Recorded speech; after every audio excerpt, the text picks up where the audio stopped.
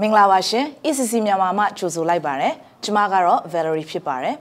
ကျမရဲ့ online အခြေခံစာရေးနည်းသင်တန်းမှာကြိုဆိုလိုက်ပါတယ်ရှင်ဒီနေ့ကျမစာရေးနည်းအရေးကြီးပုံနဲ့စာရေးနည်းသင်ကြားရခြင်းရဲ့ကောင်းကျိုးတွေကဘာတွေလဲဆိုတာကိုပြောပြပေးသွားမှာဖြစ်ပါတယ်စာရေးတာဟာမော်ပညာနဲ့တူတယ်လို့ပြောလိုက်တယ်ဆိုရင်သဘောတူနိုင်မလားတကယ်တော့စာရေးခြင်းဟာတင့်ရဲ့ကိုရေးကိုတာနဲ့ professional ဘဝနှစ်ခုလုံးမှာမရေမတွက်နိုင်တဲ့အခွင့်အရေးတွေ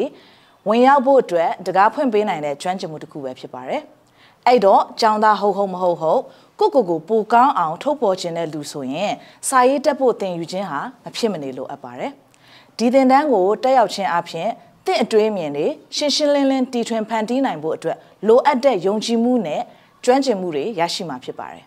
။ဘာကြောင့်ဒီစာရေးခြင်းခီးစဉ်ကိုစတင်သင်တယ်လဲ။ကဲအကျိုးကျေးဇူးတွေကတော့ကြီးမားပါတယ်။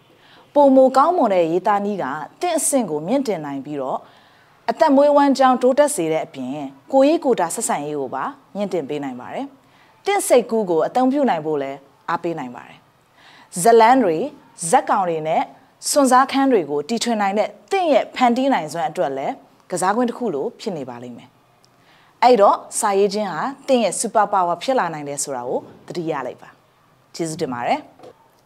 If you enjoyed this video, join to my class and let's learn together. I promise you will discover the power of effective writing. See you later. Bye.